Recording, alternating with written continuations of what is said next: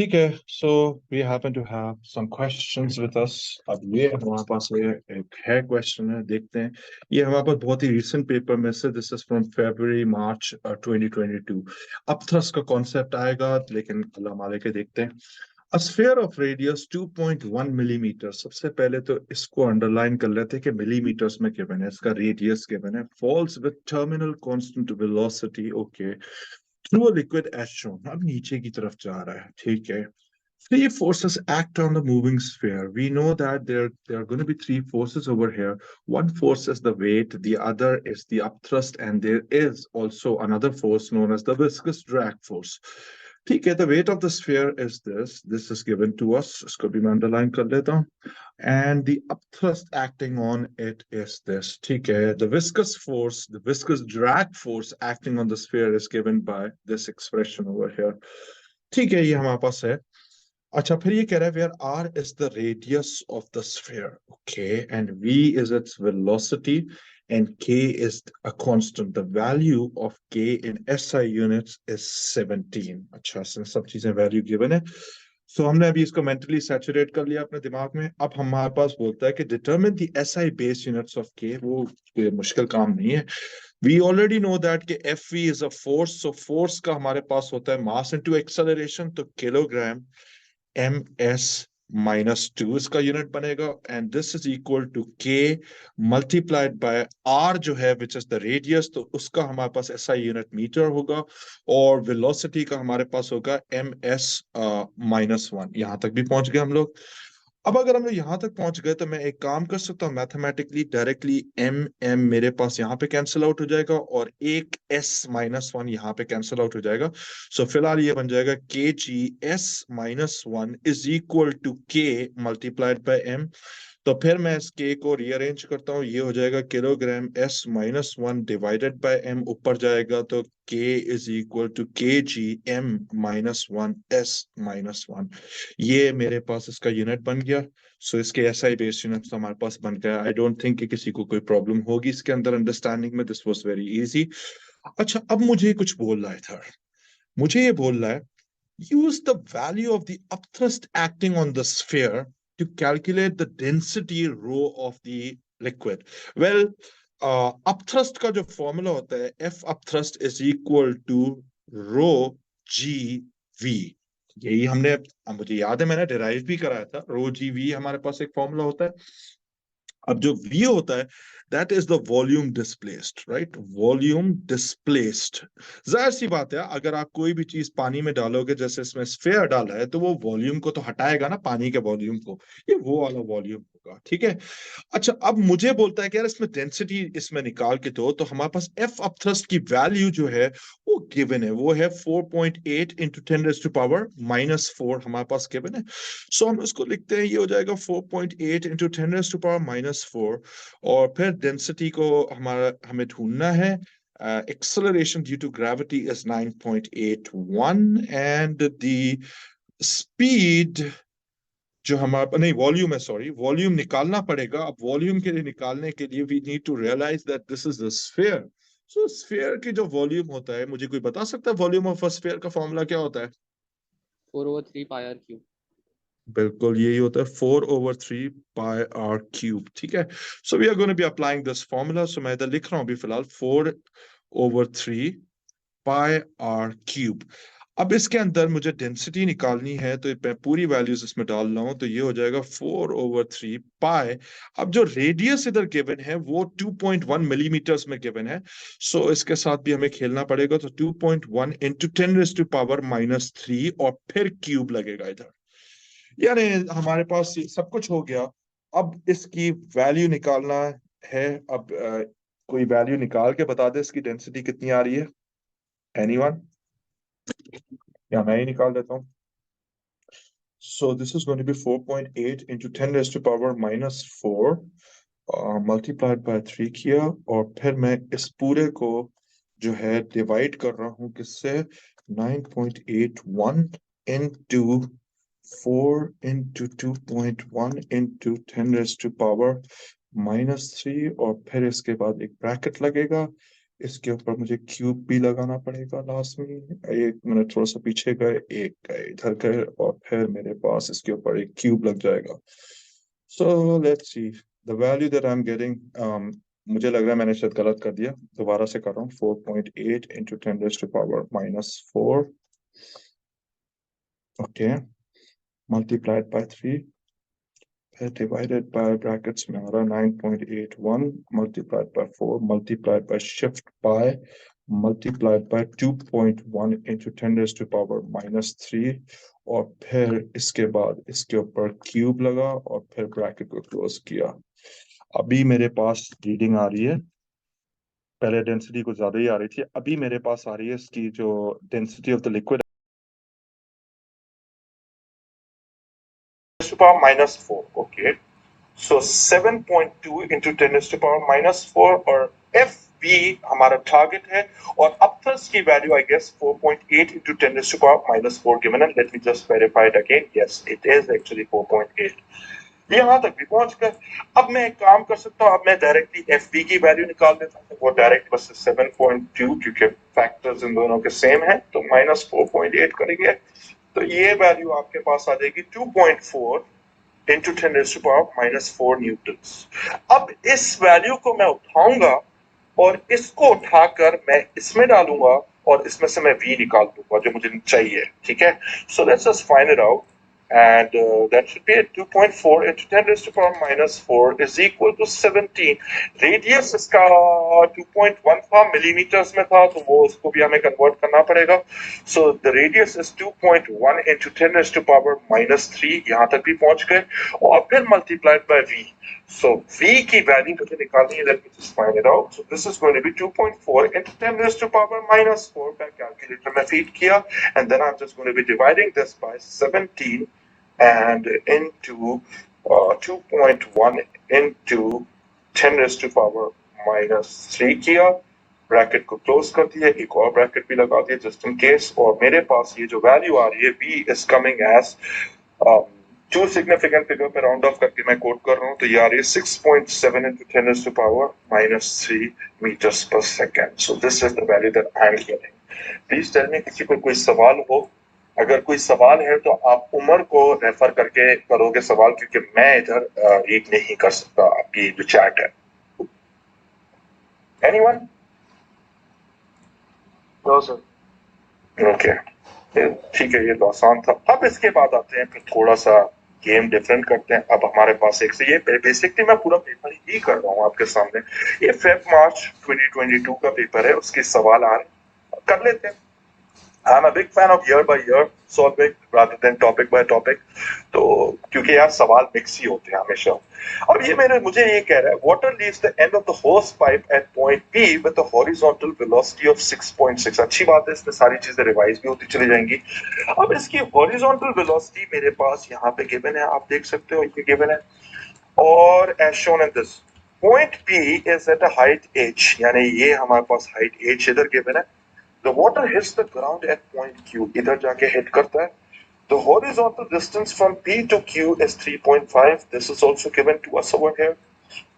Air resistance is negligible. अगर air resistance negligible है, तो ये वाली जो मेरे पास जो velocity है, horizontal velocity, वो हमेशा सेम रहेगी, इधर भी सेम रहेगी, इधर भी सेम रहेगी, और इधर भी सेम रहेगी। ये बात हमें समझ में आती है। फिर ये कहता है कि assume that the water between P and Q consist of non-interacting droplets of water। इसका कहने का मतलब है कि पानी के जो कतरे होंगे वो आपस में एक दूसरे पर कोई फोर्स एक्सर्ट नहीं कर रहे होंगे, which is a very good assumption in this case, and the only force acting on each droplet is the weight। यार इसका मतलब है कि इस पूरी सिचुएशन में there is only one force acting on the water droplets, and that is the weight, okay। So और वो apparently downward ही होगी इस डायग्राम के हिसाब से।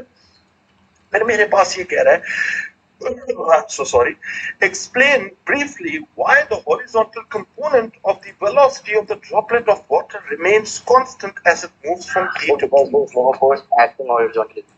Exactly, there is no force acting horizontally,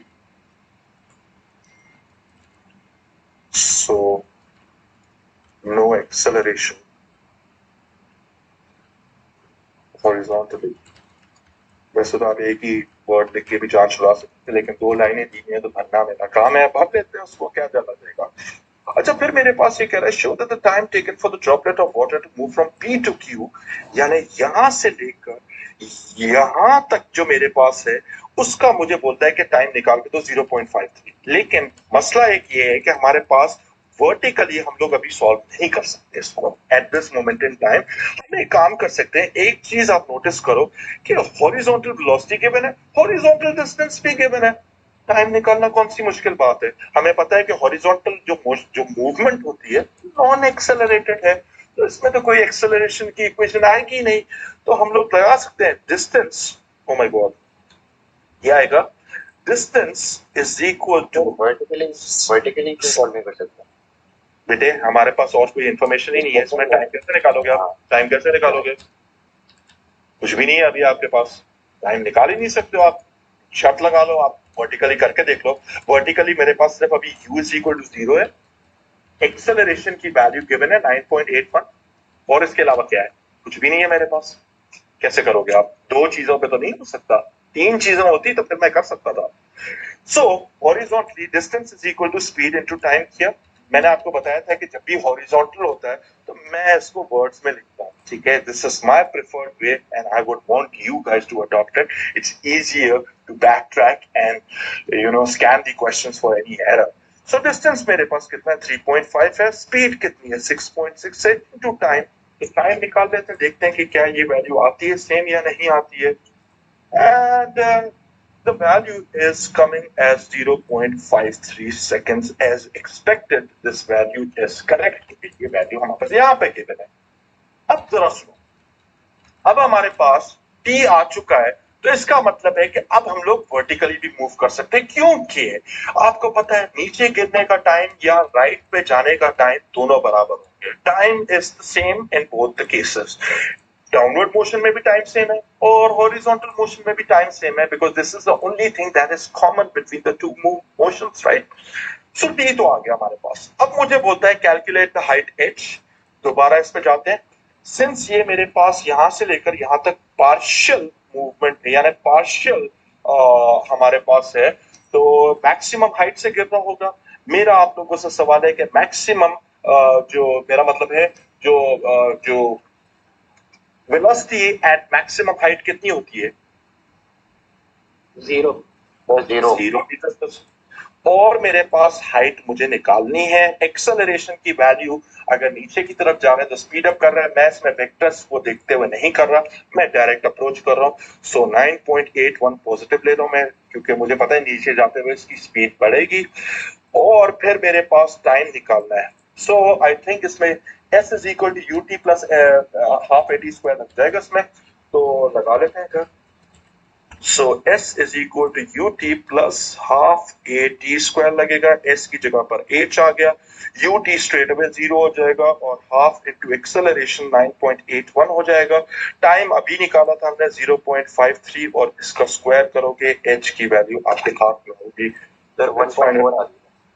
मैं भी निकाल देता हूँ। 10.81 मल्टीप्लाइड बाय 0.53 किया और इसके बाद ब्रैकेट्स को स्क्वायर कर दिया। सो 1.4 1.377 थी तो 1.4 राउंड ऑफ करके मैंने कोड कर दिया, ठीक है। So this is going to be 1.4, ठीक है।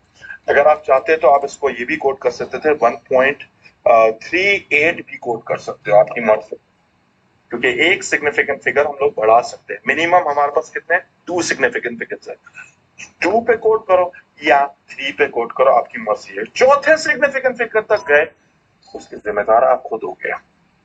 यहां तक भी हो गया ये सवाल। फिर मुझे कुछ कहता है for the movement of the droplet of water from P to Q, okay, state and explain whether the displacement of the droplet is less than, more than, or the same as the distance along its path. Okay. इस सवाल में मैं ये सब हटा रहा हूं। अब जरा इधर देखो, एक पाथ जो मेरे पास है वो पाथ ये वाला है, ये तो डिस्टेंस हुआ, कर्व पाथ है मेरे पास, और जो डिस्प्लेसमेंट होगी वो स्ट्रेट लाइन होगी यहां से लेकर यहां तक। एक मिनट, यहां से लेकर यहां तक एक स्ट्रेट लाइन होगी। अब मेरा आप लोगों से सवाल है, डिस्टेंस ज्यादा बड़ा है या डिस्प्लेसमेंट? डिस्टेंस डिस्टेंस ज्यादा बड़ा है, डिस्प्लेसमेंट छोटी है।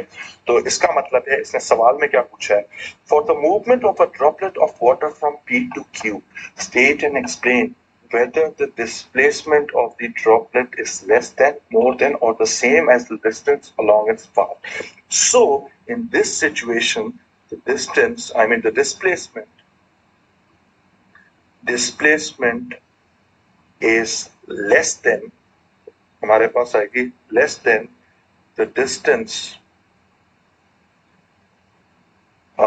from P to Q. State कर दिया हमने. Explanation, displacement is a straight line. Displacement is always a straight line. सही है, straight line. और एक तीसरी लाइन के लिए अगर आप पैरानॉइड हो रही हो कि क्या पता एग्जामिनर को समझ में आए नहीं आए, आप ये लिख देना, distance in this situation is a curved path. And this situation is a curved path, is a curved path. Right? लिखना चाहो तो लिख. जी बेटे. जी बोल सकते हैं कि डिस्प्लेसमेंट का शॉर्टेस्ट डिस्टेंस ट्रैवल शॉर्टेस्ट है, लेकिन शॉर्टेस्ट डिस्टेंस जो है आप लिख तो सकते हो, लेकिन थोड़ा सा जो है इसके अंदर हम लोग अगर ये लिखते हैं तो क्या क्या बुराई है इसमें. शॉर्टेस्ट डिस्टेंस आप लिख सकते हो, शॉर्टेस्ट डिस्टेंस बिटवीन 2 पॉइंट्स, लेकिन I would advise you in this question के स्ट्रेट लाइन का जिक्र करो. ठीक है, ओके सर, थैंक यू. ठीक है. अच्छा, फिर मेरे पास ये कह रहा है, your target is to calculate the magnitude of the displacement of the droplet of water that moves from P to Q. इस सवाल पे दोबारा से आते हैं. इधर मेरे पास h की वैल्यू मुझे शायद किसी ने बताई थी 1.4 आ रही थी. मेरे पास ये वाला मुझे डिस्टेंस निकालना है. This is what I mean, this is the the displacement is something that I need at this time. तो इस बिल्कुल पाइथागोरस थ्योरम लगेगा. तो इसको नाम रख लेते हैं R. इधर ही डायरेक्ट कैलकुलेशन कर लेते हैं. So R must be equal to 3.5 का स्क्वायर प्लस 1.4 का स्क्वायर, और पूरे पे रूट ऑपरेशन लगाएंगे. जरा इसकी वैल्यू निकालो, कितना आ रहा है? 3.8 मीटर्स. 3.8 मीटर्स. ठीक है, ये भी हो गया. इस वैल्यू को इधर लिखना जरूरी होगा, 3.8 मीटर्स. अच्छा, एक और चीज है, ये स्पेस एग्जाम में गिवन होगी तो वर्किंग इधर होनी चाहिए आपके पास, और please do not leave this space blank. ठीक है, इवन दो मैंने वर्किंग उधर की है, लेकिन वो इस वजह से because of the limitation of the screen that I have, क्योंकि बार बार ऊपर नीचे स्क्रॉल करना पड़ रहा है. ठीक है, ये भी हो गया. अच्छा, फिर ये थर्ड क्वेश्चन है उसका, फेब मार्च का. ये बड़ा प्यारा सवाल है. Old memories with this question. A jet of water, लेकिन एक बात याद रखना, इसमें आपको पूरा दिमाग चाहिए. Let me have a glass of water just in case. अच्छा, ये कह रहा है, jet of water hits a vertical wall at right angles as shown in figure 3.1. Okay, हमारे पास एक जेट ऑफ वाटर है, वो जाके दीवार को जाके टकराती है. तो water hits the vertical wall with the velocity of 5 meters per second. Okay, in a horizontal direction. Okay, यानी 90 डिग्रीज पे जाके हिट किया. The cross sectional area of the jet is this. So इसका मतलब है कि ये वाला जो एरिया इसमें गिवन है, ये हमारे पास गिवन है इसमें, और ये हमें गिवन है. The density of the water is 1000 kilogram per meter cube. ठीक है, the water runs down the wall after hitting. यानी इसने क्या कहा है कि पानी जब जाके टकराया है, स्प्लैश नहीं हुआ, पीछे की तरफ नहीं किया, डायरेक्टली नीचे की तरफ गिरा, यानी 90 डिग्रीज पे गिर रहा. इसका मतलब है कि मैं ये भी कह सकता हूं कि पानी जाके दीवार पे लगा है, और जो इसका जो हॉरिजॉन्टल वेक्टर था वेलोसिटी का, वो इमीडिएटली जीरो हो रहा है. यहां तक तो बात समझ में आती है. ये बड़ी इंपॉर्टेंट बात की है मैंने. सही है. अच्छा, फिर मुझे कहता है, show that over time of 1.6 seconds. Okay, the mass of water hitting the wall is this. अब सबसे पहली चीज, एक चीज रियलाइज करने वाली बात है कि इसने टाइम में दे दिया 1.6 seconds. एक चीज है, यहां पर 5 मीटर पर सेकंड लिखा हुआ है, तो इसको जरा समझने की कोशिश करो। इसका मतलब क्या होगा कि यहां से लेकर यहां तक जो इसने डिस्टेंस कवर किया है वो 5 मीटर होगा 1 सेकंड के अंदर। तो क्या मैं एक काम कर सकता हूँ, ये जो सिलेंडर मेरे पास बना आ रहा है, पानी का जो जैक बना आ रहा है, क्या मैं इसकी पूरी लेंथ निकाल सकता हूँ, यानी 1.6 सेकंड्स के अंदर? क्यों नहीं? तो हम लोग एक काम कर सकते हैं कि भाई सिंपल सी बात है, 5 metres in 1 second, so 1.6 seconds के अंदर इसकी लेंथ कितनी हो जाएगी? अगर कैलकुलेटर में फीड करोगे तो 5 into 1.6 हमारे पास 8 के बराबर होता है। 8 मीटर्स आ गए, यानी 8 मीटर्स लेंथ मेरे पास आ रही है। ये भी हो गया। क्रॉस सेक्शनल एरिया मेरे पास गिवन है, वो भी मीटर स्क्वायर में गिवन है। क्या इससे अच्छी और क्या बात हो सकती है? वॉल्यूम हम लोग निकाल सकते हैं, और मुझे निकालना है mass. So mass is equal to density into volume होता है। So mass is equal to density 1000 given है मेरे पास यहाँ पर, मल्टीप्लाइड बाय वॉल्यूम। निकालने के लिए मैं काम कर रहा हूँ, हमें पता है कि सिलेंडर का वॉल्यूम होता है, बाकी एरिया गिवन है, तो cross sectional area into height करो, यानी लेंथ कर लो इधर। सो इसका मतलब है कि ये हो जाएगा 1.5 into 10⁻⁻⁴, ये एरिया था, मल्टीप्लाइड बाय जो इसमें लेंथ आ रही है वो आ रही है 8 मीटर्स, और फिर that is pretty much it. 1.2 ये आ रहा है मास आपके पास, अगर कैलकुलेशन करोगे तो 1.2 kg स्ट्रेट अवे आ गया। लेकिन बी केयरफुल, ये जो आया है ये आया है 1.6 सेकंड्स में, ठीक है? इतने में इतना मास जाके हिट किया उस पे दीवार पर। पढ़ना बहुत इंपॉर्टेंट है। फिर ये कह रहा है your target is to calculate the decrease in the horizontal momentum of the mass of water in a, यानी इस मास को रेफर कर रहा है ये, due to hitting the wall. अच्छा, हाँ, फिर इसका मतलब है कि हमारे पास ये जो पानी जो जा रहा था, इतना मास जो 1.2 kg है, ये जा रहा था दीवार की तरफ, और फिर हिट करने के बाद रुक गया। यानी मेरे पास टोटल जो शुरू में मोमेंटम था वो 0 हो गया बाद में, यानी मेरे पास कितना डिक्रीज आया वो इसको हम लोग कर सकते हैं, यानी change in momentum is directly equal to, हमारे पास हो जाएगा फाइनल मोमेंटम 0 है, माइनस मेरे पास ये हो जाएगा, अगर मसला ये ना हमारे पास है, इसको कर लेते हैं डायरेक्टली, मास हमारे पास कितना है 1.2 into 5 कर लेते हैं, और मेरे पास जो डिक्रीज आ रहा है वो आ रहा है हमारे पास -1.2 into 5, यानी ये आ रहा है मेरे पास -6। कैलकुलेटर दिखा, ये आ रहा है -6 न्यूटन सेकेंड्स मेरे पास आंसर आ रहा है, ड्यू टू, इसने मुझे बोला decrease in the horizontal momentum of the mass of water in it. अच्छा, यहां तक तो पहुंच गए, ये भी हो गया हमारे पास पार्ट, सर आसान था। जी बेटे, हम लोग रिजल्टेंट फोर्स टाइम भी कर सकते थे। सर ये समझ नहीं आया मुझे।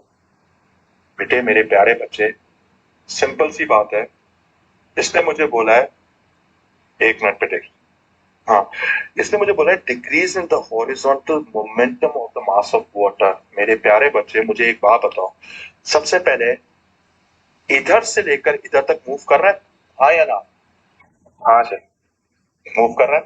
उसके बाद लगने के बाद इसका जो हॉरिजॉन्टल कंपोनेंट था वो क्या हो गया? 0 हो गया। तो इसका मतलब है कि टेक्निकली ये जाते जाते रुका, फाइनल मोमेंटम कितना हो गया? 0 हो गया या नहीं हुआ? यस सर, 0 0 हो गया। तो इनिशियल मोमेंटम तो कांस्टेंट स्पीड से जा रहा था, हाँ या ना? जी सर।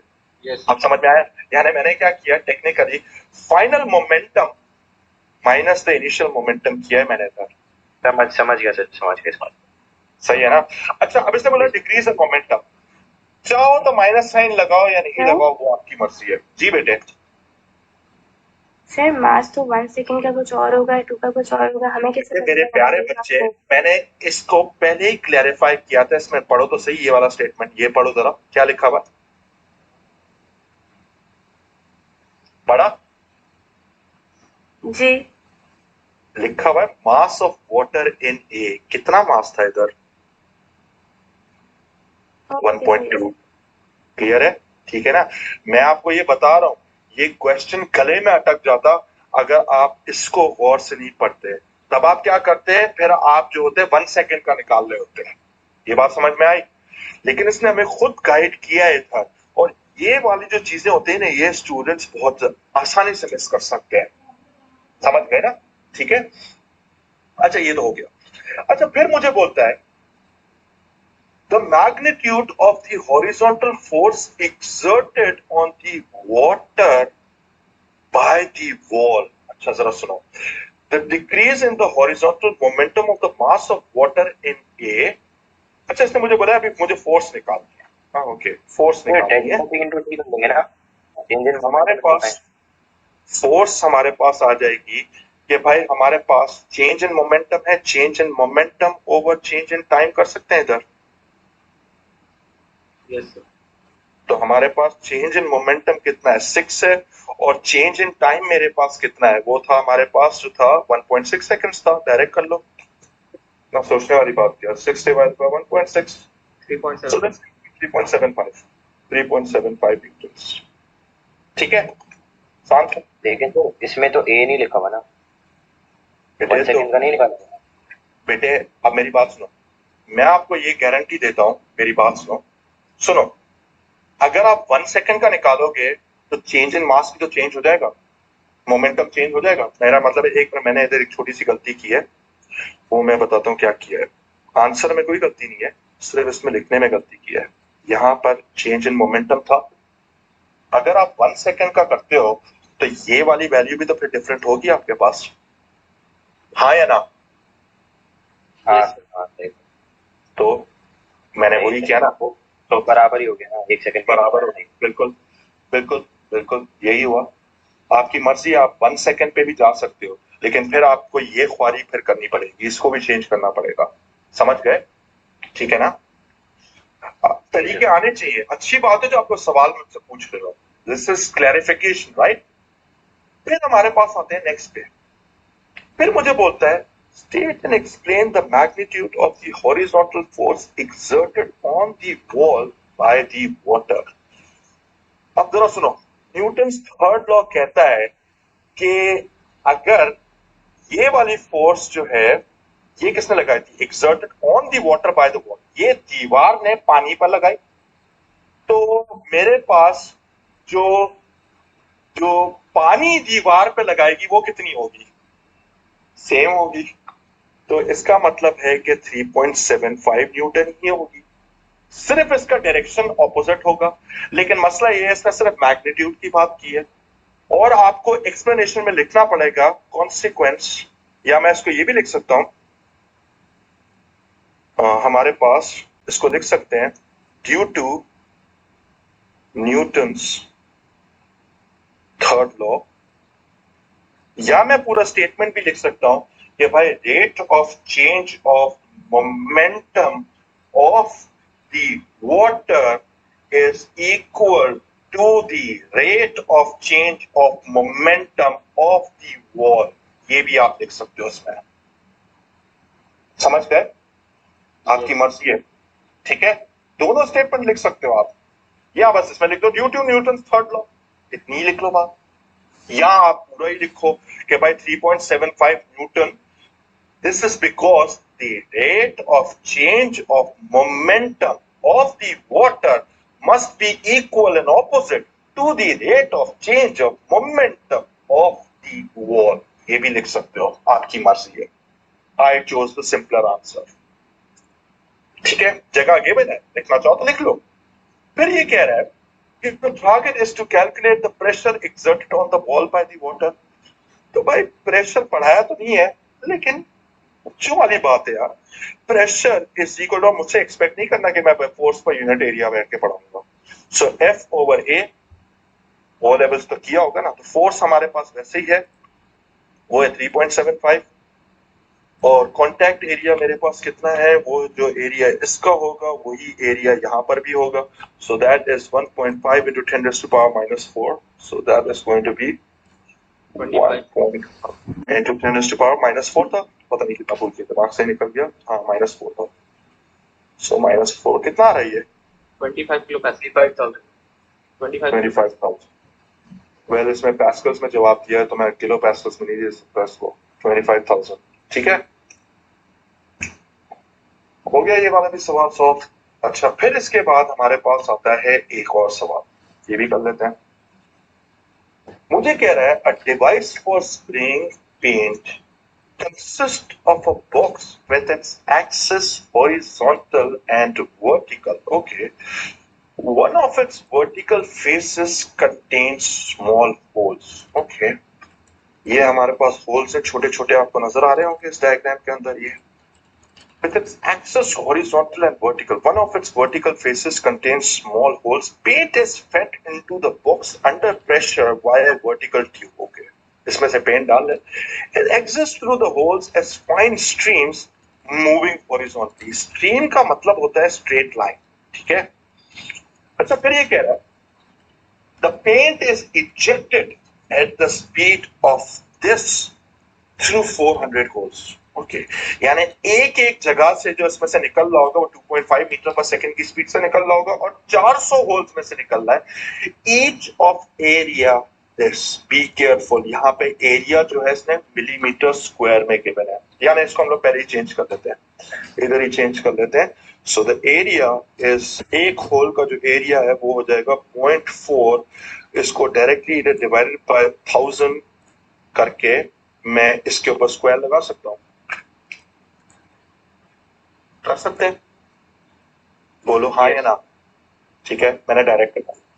सो इसका मतलब है कि ये हो जाएगा 0.4 डिवाइडेड बाय 1000 और उसका स्क्वायर करके जो मेरे पास ये वैल्यू आ रही है वो आ रही है 4 into 10⁻⁻7 मीटर स्क्वायर। मैंने एरिया कन्वर्ट कर दिया था। The density of the paint is given to us as 900 kg per meter cube. Okay. What is the horizontal force required to hold the device stationary as it ejects the paint? अब ऐसे जब सवाल होते हैं तो इसमें change of मास बड़ा important होता है। हमें पता है कि भाई फोर्स इज इक्वल टू क्या होता था, force is equal to change in momentum over change in time होता था। हमारे पास इसके दो वर्जन अवेलेबल थे जो मैंने कराए थे। एक होता है F is equal to change in mass over change in time multiplied by constant velocity, या मेरे पास एक और ऑप्शन होता है F is equal to change in velocity over change in time multiplied by constant m। दोनों में से I am going for this one. तो पहले तो मुझे निकालना है rate of change of mass, मुझे निकालना है, that is my main target so that I can move forward. So हमारे पास कितना मास निकलना है, कितने रेट के साथ, मुझे तो पहले वो निकालना है। अब उसको निकालने के लिए हमारे पास आएगा, सबसे पहली चीज होगी delta V over delta T है, तो नहीं सॉरी मैं ये वाला यूज कर रहा हूं। तो मेरे पास इसकी स्पीड गिवन है, यानी इसका मतलब है कि 2.5 मीटर्स लेंथ बनी through 400 holes each of area this और पेंट ये रहा। अब मैं इसको समझाऊंगा, बड़े प्यार से जरा सुनने की कोशिश करना, बड़ा इंपॉर्टेंट सवाल है। अब सबसे पहली चीज है मुझे निकालना है delta M over delta T, ठीक है, ये मेरा मेन टारगेट है। अब सबसे पहली चीज है मास निकालने के लिए मुझे चाहिए वॉल्यूम, और मेरे पास एरिया है और लेंथ भी है। मजे की बात ये है, लेंथ कैसे है भाई, 2.5 मीटर्स कवर कर रहा होगा 1 सेकंड के अंदर। आया बात समझ में? यानी ये पिछले वाले सवाल जैसा ही हो गया कि यहां से लेकर यहां तक जो लेंथ आ रही होगी वो होगी 2.5 मीटर्स इन 1 सेकंड।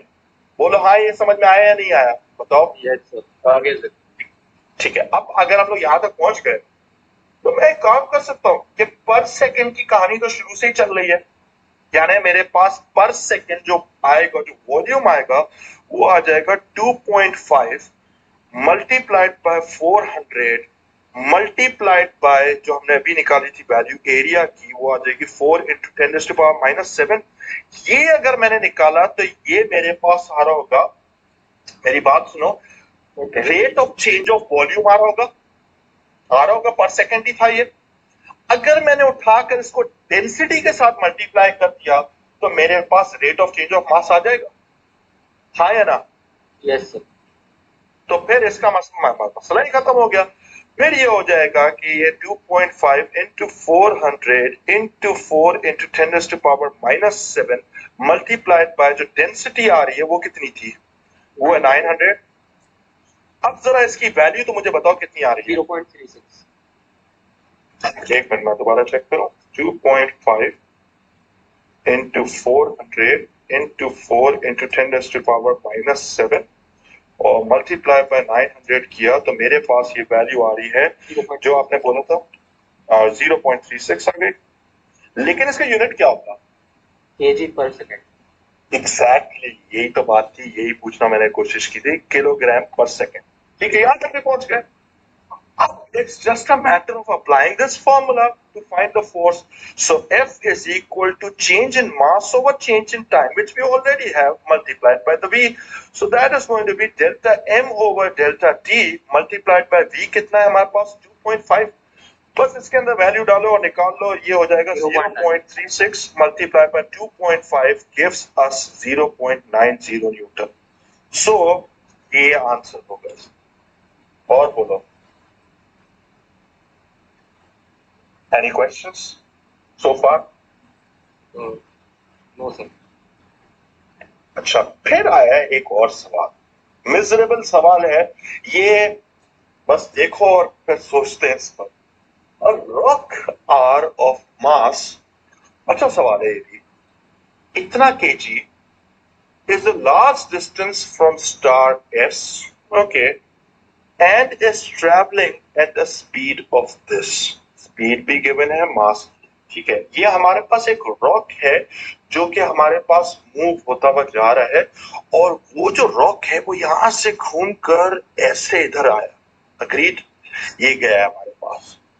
फिर ये एक स्टार है जिसका मास ये गिवन है, यहां पे स्टार गिवन है हमारे पास, दिस इज द स्टार। तो rock travels around the star on a path shown so that it reverses the direction of motion. अब होगा क्या कि भाई, अब आगे की बात है कि हमारे पास ग्रेविटेशनल पुल होगी स्टार की, सितारे की, वो इसको खींचेगा अपनी तरफ खींच रहा होगा इसको हर बार, और जाहिर सी बात है इसको खींचते खींचते इसको रोटेट करवा दिया इसने, ठीक है। ये तो हमारे पास समझ में आ रहा है। And when finally again a large distance from the star has the same speed as initially, यानी मुझे ये कह रहा है कि जब ये इधर पहुंचा है तो इसकी स्पीड दोबारा से, ओके, यहां तक तो बात क्लियर हुई। अच्छा, फिर ये मुझे कहता है कि which statement is correct, ये वाले जो सवाल है जहर बन सकते हैं। अच्छा, पहला सवाल है the change in momentum of S is in the direction of arrow X. Change in momentum of S is in the direction, नहीं। अब सबसे पहली बात सुनो, इसको समझाने का भी बेस्ट तरीका ये है, याद करो दीवार लगी हुई है, आप लोगों से सिंपल सा सवाल होगा, ये दीवार है, अब मेरे पास ये एक बॉल है, ये जब बॉल लगकर इधर आती है तो हम कहते हैं कि इस बॉल का जो चेंज आ रहा है मोमेंटम का वो इस डायरेक्शन में होगा, हाँ या ना?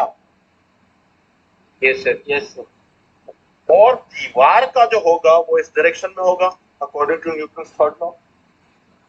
यस, सीधी बात है। तो मेरे प्यारे बच्चे, ये जो एस का जो मोमेंटम जो चेंज आएगा उसका डायरेक्शन ये होना चाहिए, ये तो नहीं हो सकता, ये तो अगर एक्स जो दिया हुआ है ये तो हमारे पास इसका होना चाहिए था, कैसा? सही है। तो पहला वाला स्टेटमेंट तो गलत हो गया, पहला वाला स्टेटमेंट गलत हो गया, इंडीड गलत है। फिर उसके बाद मुझे कहता है the change in velocity of s is approximately 20 metre per second.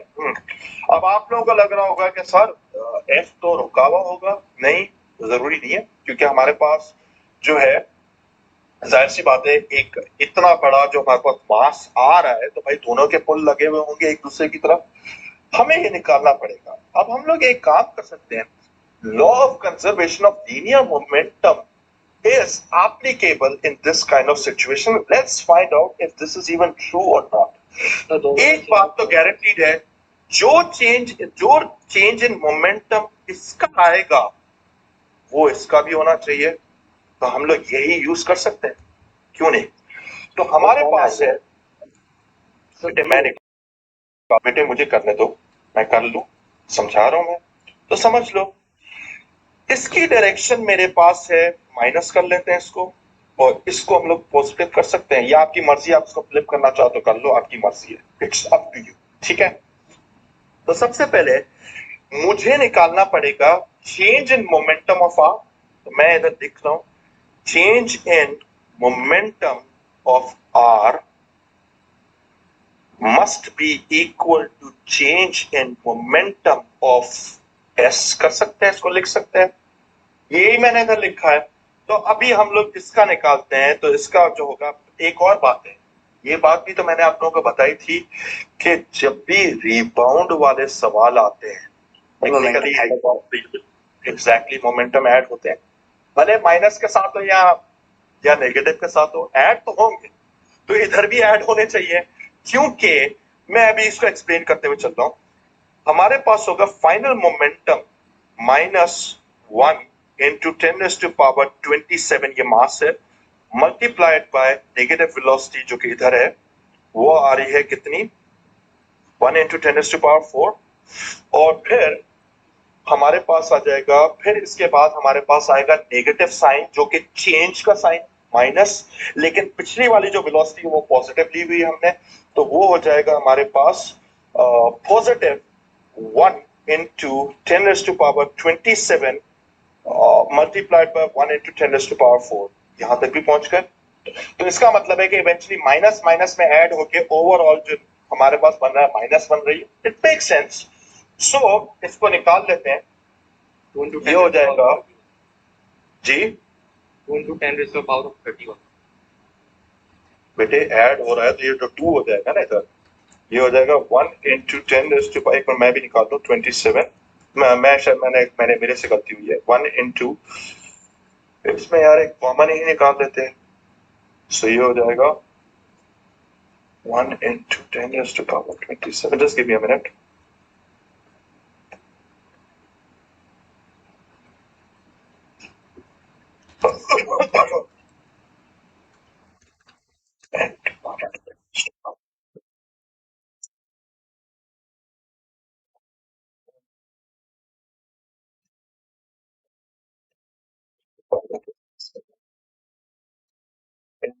One into 10⁻4,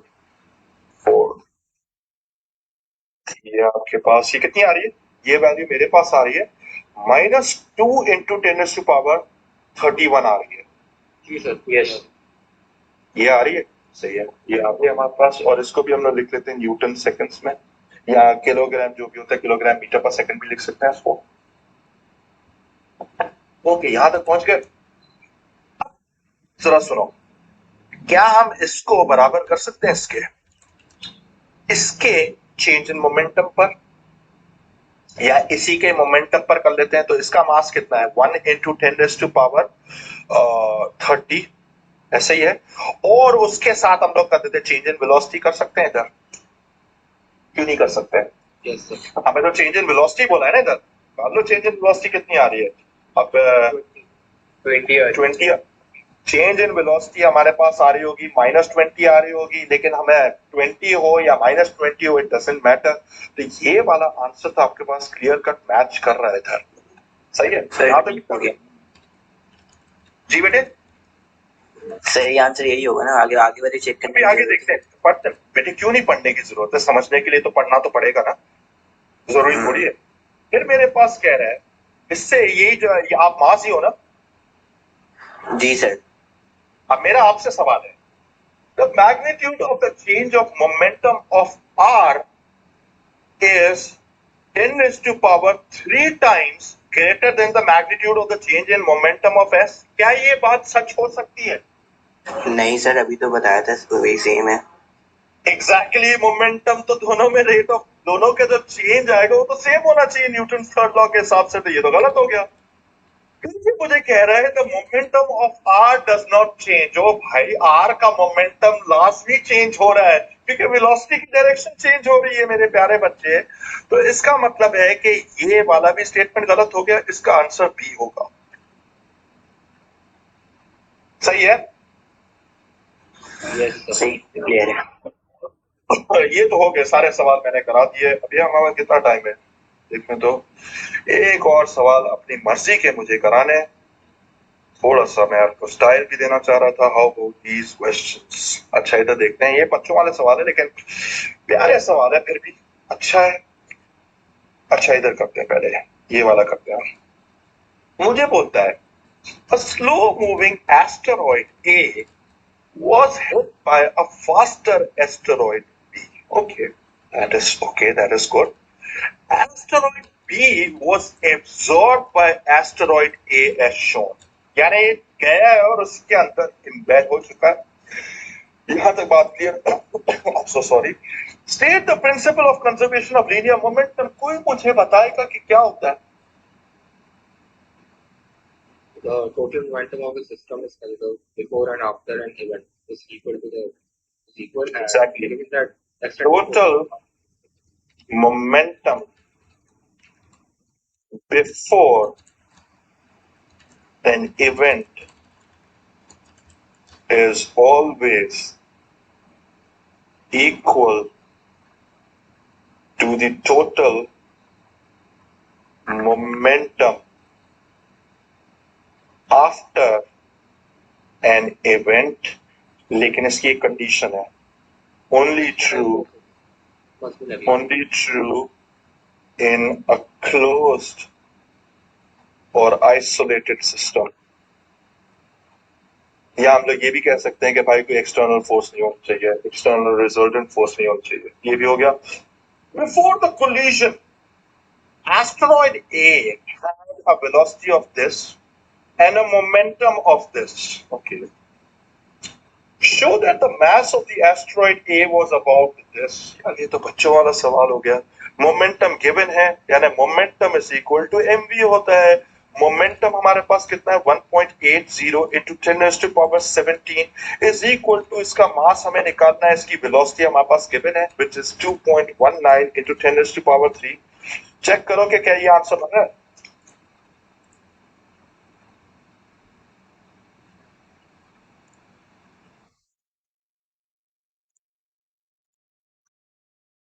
बताओ। Sir, 8.23 into 10 is the power of 13. Okay, यही आ तो हमारे रहा पास है। m is equal to 8.23 into 10 raised to power 13। Round of करोगे तो यही हो जाएगा। सही है, राउंड ऑफ किया, so that is 8.2 into 10 raised to power 13 kilogram. that is great stuff। ये भी हो गया। अच्छा, फिर इसके बाद मुझे कुछ बोलता है, calculate the velocity of the asteroids after the collision।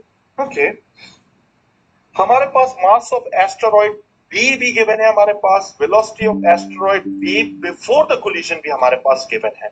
Okay, तो हम लोग एक काम कर सकते हैं, law of conservation of linear momentum लगाते हैं, और ये टेक्निकली स्टिकी कोलिजन है या नहीं है? हाँ या ना? है सर। तो लाजमी है, तो इसका मतलब है कि भाई जो शुरू में मोमेंटम होगा दोनों ही राइट साइड पे जा रहे हैं, तो बाद में भी सेम होना चाहिए। तो हम लोग इसको एक काम कर सकते हैं, पहले b का सब कुछ निकाल लेते हैं। वो हो जाएगा 5.90 into 10 raised to power 12 multiplied by 15 into 10 raised to power 3, और फिर इसके साथ उसका भी ऐड कर लेते हैं, जो उसका मोमेंटम था वो कितना था हमारे पास, and a momentum of this, ये पहले ही गिवन है वैल्यू हमारे पास, तो जरूरत ही नहीं है उसको निकालने की। सो 1.80 into 10 raised to power कितना था? 10 raised to power 17, यहां तक भी पहुंच गया। और फिर इसके बाद जो है इसको बराबर करते हैं आफ्टर, और आफ्टर जो है इन दोनों के मासेस ऐड अप हो चुके होंगे। जी सर। तो टोटल हमें बोल रहा है कि भाई टोटल मास इसका कितना हो जाएगा। अब एक का ये था, अब मैंने मैसअप कर दिया ना इसमें। पिछले वाले का मास कितना था? पिछले वाले का मास जो है वो है 8.2 into 10 raised to power 13, लेकिन I'll just use 8.23 into 10 raised to power, एक मैं तो लिख लेता हूँ 8.23 into 10 raised to power 13, मैं ये वैल्यू यूज करूंगा, और यहाँ पे वैसे ही गिवन है। सो ये हो जाएगा 8.23 into 10 raised to power 13 plus मेरे पास कितना है? प्लस है 5.90 into 10 raised to power 12, और इस पूरे को मल्टीप्लाई बाय वेलोसिटी करेंगे। अग्री, थोड़ा सा मेरे पास जगह कम थी राइट साइड पे, तो मैंने इसको इस तरीके से कर दिया। I hope you understand. निकालो कितनी आ रही है वेलोसिटी।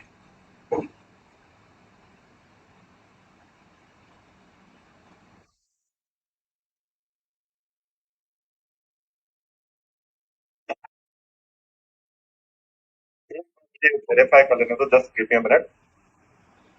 ये वाला अलग था, ये वाला तो इधर से मैंने लिया था, और ये 1.80 जो था पिछले वाले का मोमेंटम था। बिल्कुल सही है, 10⁻17 है, बिल्कुल सब कुछ सही। जी बेटे। एनीवन? सर 3044 आ रही है। कोई और भी बता दे। 3044.217। 3044 मीटर पर सेकेंड है, लेकिन हमारे पास प्रिसिशन हमें करनी पड़ेगी 2 सिग्निफिकेंट फिगर पर राउंड ऑफ कर रहा हूँ। सो या मैं इसको देख लेता हूँ 3040 मीटर पर सेकेंड, 3 पे कर देते राउंड ऑफ।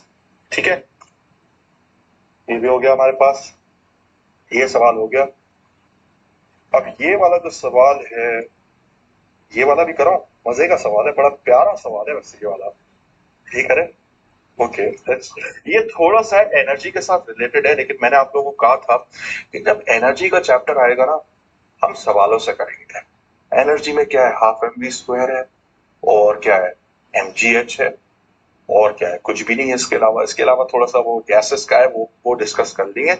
लेकिन ये सवाल बहुत प्यारा है, करते हैं इसको सवाल को। ये लास्ट सवाल है, इसके बाद I'll end the class and then I'll just go home and rest. The diagram shows a lift system for moving people up and down a tall building. Okay. There is a counterweight to balance the weight of the lift. We can see that. An electric motor is used to raise and lower the lift. You can see that. अब मुझे बोलता है, इसमें 2 mark के लिए बोलता है कि explain how the counterweight affects the amount of work required from the electric motor to raise the lift. अब जरा सुनो, ये अपनी जो फोर्स होगी, जो इसका जो वेट होगा, इसको मैं नाम दे देता हूं W, और इसका वेट W कह सकते हैं, हाँ या ना? Yes yes sir. तो टेक्निकली ये मेरे पास जो होगा, ये मेरे पास इस वेट से इसको इस साइड से पुल भी कर रहा हूं। ये वाली जो ऐसे पुल कर रहा होगा, यानी इवन दो अगर इलेक्ट्रिक मोटर नहीं भी चल रही, तो इस पे पुल फोर्स तो यहां से आ ही रही होगी, रिगार्डलेस होगा, कम होगा। तो जाहिर सी बात है, तो इसका मतलब है explain how the counter weight affects the amount of work required from the electric motor to raise the lift. It is going to be less, right? Work done is equal to resultant force multiplied by distance होता है, कह सकते हैं। yes, yes. तो हमारे पास जो है technically resultant force capital W तो है नहीं, ऐसा ही है, हमारे पास कम है ना। हमारे पास ये होगा the resultant force, the resultant force is actually less because of counterweight. So less work is done by electric motor. ठीक है, सर ये रिजल्टेंट फोर्स वो है ना, जो कि इलेक्ट्रिक फोर्स जो रिक्वायर्ड है उसको ऊपर पुल करती है। जी बेटे, वो टेक्निकली अगर मुझे लिफ्ट करना है, इलेक्ट्रिक मोटर क्या करेगी, W माइनस W वाली फोर्स लगाएगी ना ऊपर की तरफ, है ना। अगर मैंने इसको फोर्स नाम दे दिया भाई, W की जगह पे मैं इसको चलो F कह रहा हूँ, F1 कह रहे हैं, और इसको हम लोग F2 कह रहे हैं, तो टेक्निकली ये क्या होगा, F1 माइनस F2 वाली फोर्स तो लाजमी लगेगी ना, मोटर लगाएगी ना, कुछ तो लगाएगी फोर्स। जी जी ऑब्वियसली। ठीक है ना, तो यही मैंने बस इसमें बात की, लेकिन अब सीधी सी बात है ना, एग्जामिनर को W का पता है ना छोटे W का पता है, वो तो आपको इस सवाल पे गेज कर रहा होगा। तो मैंने एक काम किया है कि मैंने इसको वर्डिंग्स में एक्सप्लेन कर दिया है, ठीक है। So less work is done by electric motor. अच्छा, अब मुझे कुछ कह रहा है, the electric motor raises the lift through a height of 40 meters in a time of 30 seconds. Given है, ठीक है ठीक है ठीक है, 40 मीटर ने ऊपर की तरफ पुल किया। Show that the output power of the electric motor is about this value. भाई, power itself is work done over time था। याद करो, ओ लेवल्स अगर आपने क्लियर किया है तो ये आपको पता ही होगा, जी सर। हाँ या ना। तो अब इसका मतलब ये है कि अब इसने कुछ वैल्यूज भी गिवन है। Total mass of the lift and the people is this, इसमें मास की वैल्यू भी देती है और मास ऑफ काउंटर वेट भी देती है। अग्री, दे दिया है। तो इसका मतलब है कि हम लोग ये कर सकते हैं, डायरेक्ट फॉर्मूला लगा सकते हैं, power is equal to work done जो होगा इन दोनों के वेट्स को सब्ट्रैक्ट करना पड़ेगा, ऐसा ही होगा। तो एक काम कर सकते हैं, मैं पहले वर्क डन निकालते हैं, पहले अलग अलग करके करते हैं ताकि आप लोगों को समझ में दिया है। So work done must be equal to, हमारे पास होगा resultant force resultant multiplied by distance which is 40, ऐसे ही होगा। सो एफ रिजल्टेंट पहले मुझे निकालना है, तो एक काम कर सकते हैं, मैं डायरेक्टली इन दोनों को माइनस करके, इनके मासेस को माइनस करके मल्टीप्लाई बाय 9.81 कर सकता हूं। बोलो, कर सकते हैं? या मैं लिख के कर लेता हूं भाई, 2250 multiplied by 9.81 minus 1300 multiplied by 9.81, ये आ गया एफ रिजल्टेंट। और मल्टीप्लाई बाय डिस्टेंस कितना है, 40 मीटर है डिस्टेंस, पहले तो ये निकाल लो कितना आ रहा है। ये हो जाएगा 2250 माइनस 1300, और मैंने उसको कॉमन ले लिया 9.81 को, और फिर मल्टीप्लाई बाय 40 कर दो। ये मेरे पास जो वैल्यू आ रही है वर्क डन की, अभी मैं इसको राउंड ऑफ नहीं कर रहा क्योंकि अभी मुझे रिक्वायर्ड इसकी वैल्यू, ये तो वर्क डन आ गया मेरे पास। अब मेरे पास जो है power, so power is actually work done over time होता है कि नहीं होता है? सो 372,780 डिवाइडेड बाय टाइम कितना है, 30 सेकंड है, यानी ये हो जाएगा 372,780 डिवाइडेड बाय 30 किया, ये कितना आ रहा है मेरे पास, ये आ रहा है, वैल्यू आ रही है 12,426 आ रही है वॉट्स। अग्रीड, यानी अगर मैं इसको राउंड ऑफ करूं तो ये हो जाएगा 12,000 वॉट्स टू सिग्निफिकेंट फिगर तक, या मैं इसको कह सकता हूं 12 किलोवाट। कैसा? ये सवाल मैं सिर्फ इसलिए कर रहा हूं ताकि आप लोगों का दिमाग चले, सोचने की एबिलिटी है। कन्विंस्ड? यस। आप जरा इधर भी देख लेते हैं। फिर मुझे ये कह रहा है the electric motor dissipates energy to the surroundings at a rate of 3600 watt. ये वेस्ट कर रहा है मेरे पास, ठीक है। The efficiency of the electric motor. अब सबसे इंपॉर्टेंट चीज ये है कि इलेक्ट्रिक मोटर का जो आउटपुट था वो आ रहा था, ये वैल्यू थी, हाँ या ना? यस मैं लिख सकता हूं, पावर आउटपुट जो आ रहा है वो आ रहा है 12,426 वॉट। सही है, मैंने अभी कैलकुलेटर वर्जन को ही कैरी फॉरवर्ड किया, यहां भी पहुंच गए। और मेरे पास जो पावर वेस्ट हो रही है वो कितनी है, वो आ रही है 3600 W, हाँ या ना? तो टोटल पावर इनपुट कितनी होगी, वो इन दोनों को ऐड करेंगे तो तभी तो आएगी हमारे पास, law of conservation of energy, हाँ या ना? जी सर। 426, एक मिनट, 12,426 प्लस 3600 किया, और ये आ रहा है हमारे पास जो टोटल पावर इनपुट है जो इस पूरे सिस्टम में जो इलेक्ट्रिक मोटर दे रही होगी वो ये आ रही है। सही है, यानी 16,026, यानी एफिशिएंसी अगर आपको निकालनी है तो आउटपुट कितना था, 12,426 डिवाइडेड बाय 16,026 मल्टीप्लाई बाय 100 कर लो। एफिशिएंसी आप चाहो तो बगैर यूनिट के भी बगैर यूनिट के भी कोड कर सकते हैं या परसेंटेज में भी कोड कर सकते हो, आपकी मर्जी है। तो ये कितना आ रहा है, एफिशिएंट कितनी है ये? 77.5%। और मल्टीप्लाई बाय 100 करेंगे, ये आ रहा है आपका 77.5%, यानी 77.5%। ये भी हो गया समझ। तो परसेंटेज इन पर एफिशिएंसी नहीं मांगी तो 0.77 दे लिखेंगे। नहीं बेटे, वो तो आपके पास वो परसेंटेज नहीं होती, वो एक्चुअली फ्रैक्शन में आपने कोड किया है, समझ गए? वो तब आएगी जब आप सिर्फ इसको कोड करोगे, वो भी कर सकते हो। लेकिन यार मुझे एक बात बताओ, आपस की बात है, हमें परसेंटेजेस ज्यादा इजी समझ आते हैं, हाँ या ना? इस वजह से परसेंटेज बेस्ट होता है। Okay sir. ठीक है guys, I think that's it. अभी इसके बाद भी